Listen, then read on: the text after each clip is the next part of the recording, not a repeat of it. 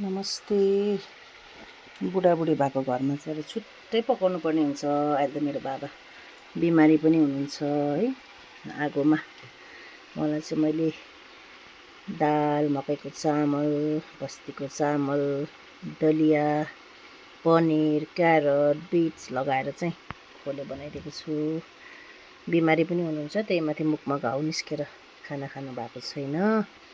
यस्तो छ है, आगोमा पकाइदिएको छु।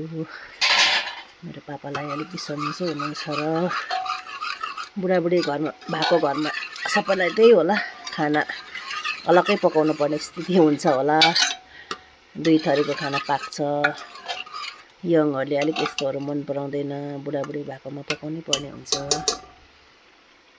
यस्तो बनाएर मेरो पापालाई खुवाउँदैछु र ईश्वरसँग प्रार्थना छ मेरो पापा छिटो निकोस्।